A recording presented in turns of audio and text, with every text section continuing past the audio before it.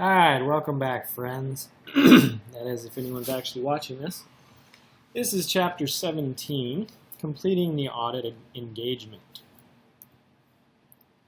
So, brief review for contingent liabilities first. Excuse me.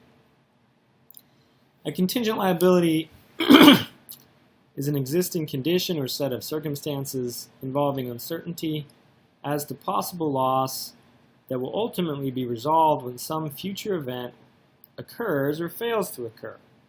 These are some examples of that. And we've already talked about a number of these. And of course, we're concerned not only with the events, but also how likely they are to occur.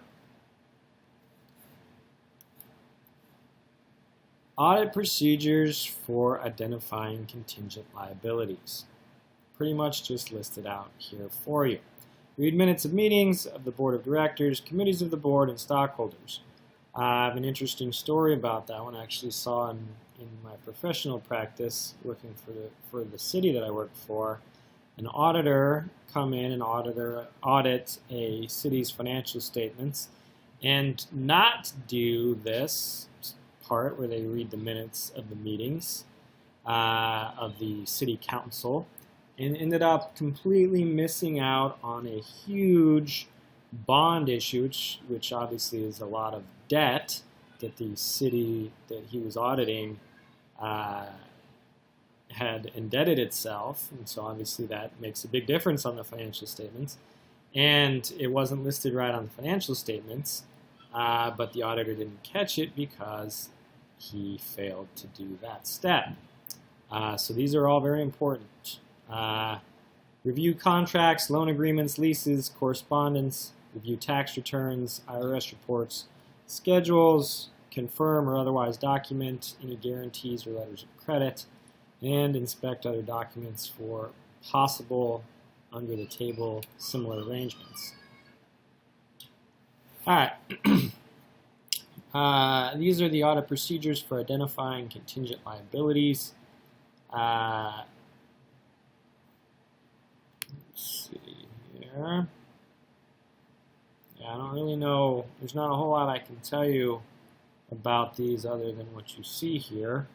Obviously, thoroughness, the ability to be thorough is important. I guess something else that's maybe not talked about very much in accounting or auditing textbooks is just the effect that experience has on all of these things. Knowing which documents to look at, knowing who to ask and what to ask in terms of finding contingent liabilities or really anything related to the audit. Let's see. Yeah, you see a lot of these audit inquiries. These are just communications between the auditor and other third parties that have business with the company, and obviously if it's related to the attorneys that work for the company or work with the company, then these are the types of things that they would be inquiring about. This is just an example of what a legal letter might look like. Again, it's kind of boilerplate, which means it's just almost like a form letter. Lots of examples online.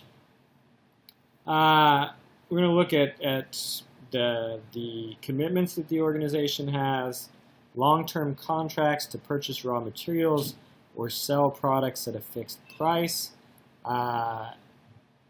in order to obtain a favorable pricing arrangement and to secure the availability of raw materials.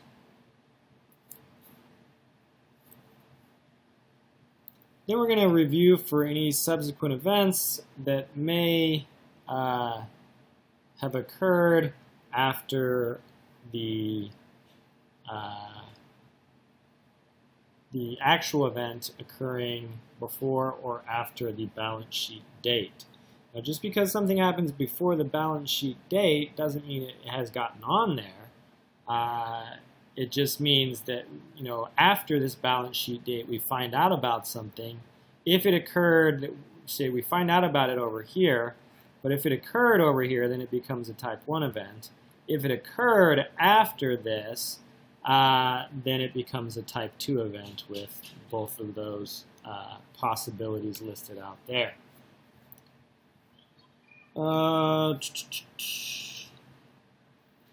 Just kind of a review on the timeline of subsequent events for an audit of financial statements.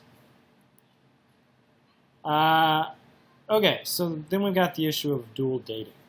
So when a subsequent event is recorded or disclosed in the financial statements after sufficient appropriate audit evidence has been obtained, but before the issuance of the financial statements, the auditor considers the following options for dating the report that is delivered.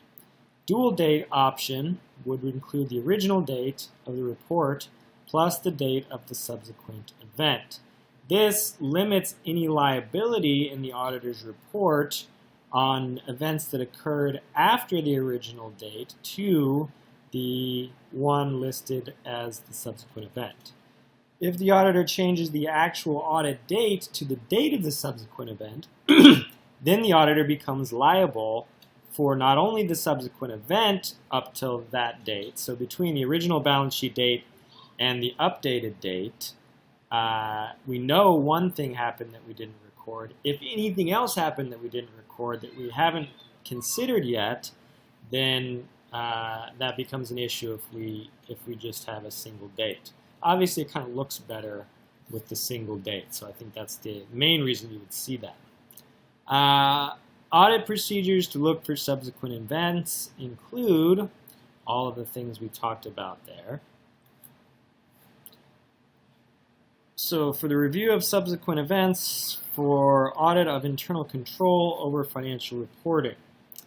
Auditors of public companies are responsible to report on any changes in internal control that might adversely affect financial reporting between the end of the reporting period and the date of the auditor's report.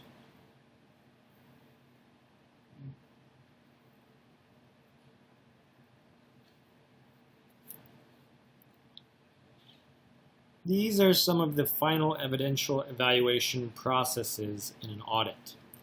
Performing final analytical procedures, obtaining a management representation letter, reviewing your working papers, evaluating your overall results, evaluating the financial statement presentation and disclosure, obtaining an independent review of the engagement, and evaluating an entity's ability to continue as a going concern.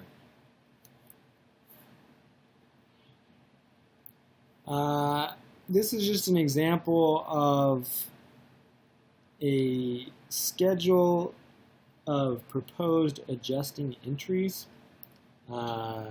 This is just us basically getting an idea of what changes need to be made to the financial statements. Alright, so as far as what needs to be archived and retained.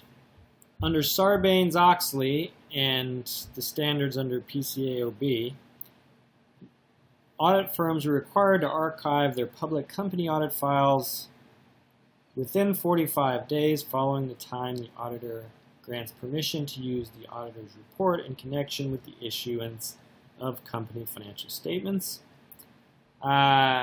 An auditor is required to retain audit documentation for 7 years from the date of completion of the engagement, as indicated by the date on the auditor's report, unless a longer period of time is specifically required in that instance by law. An auditor is required to retain all documents that form the basis of the auditor review.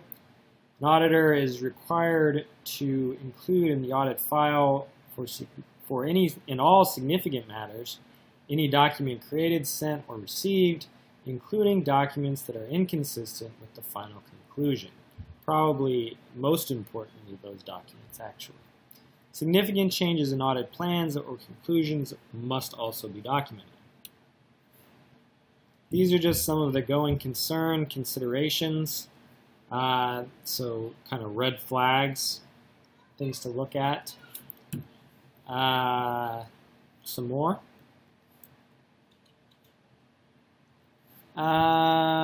So those charged with governance would be whatever the governing body of the entity is. So like board of directors. For a city like I worked for, this would be the city council. Could be a mayor, council, depends on the form of government. But yeah, just those who are in charge.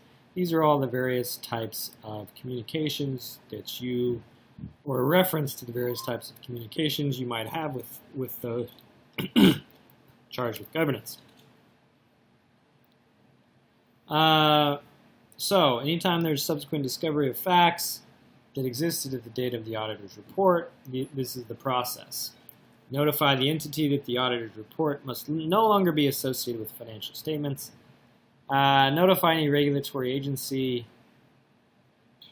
having jurisdiction over the entity that the auditor's report can no longer be relied upon, and notify each person that is known to the auditor to be relying on the financial statements. Obviously, that one can get kind of messy. And this is assuming we have discovery of facts that would be considered material, or that would influence the decision or the ability to issue the opinion that was issued.